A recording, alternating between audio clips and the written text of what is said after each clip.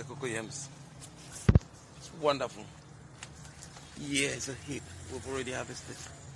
We are digging more. Oh my God.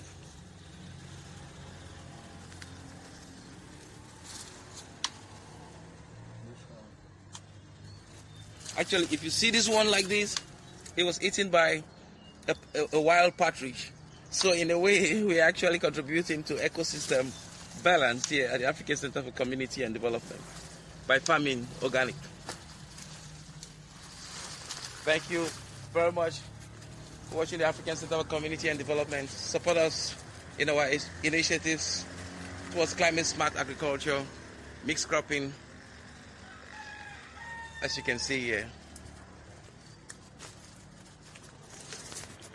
Thanks for watching. I am Arrey Ivo.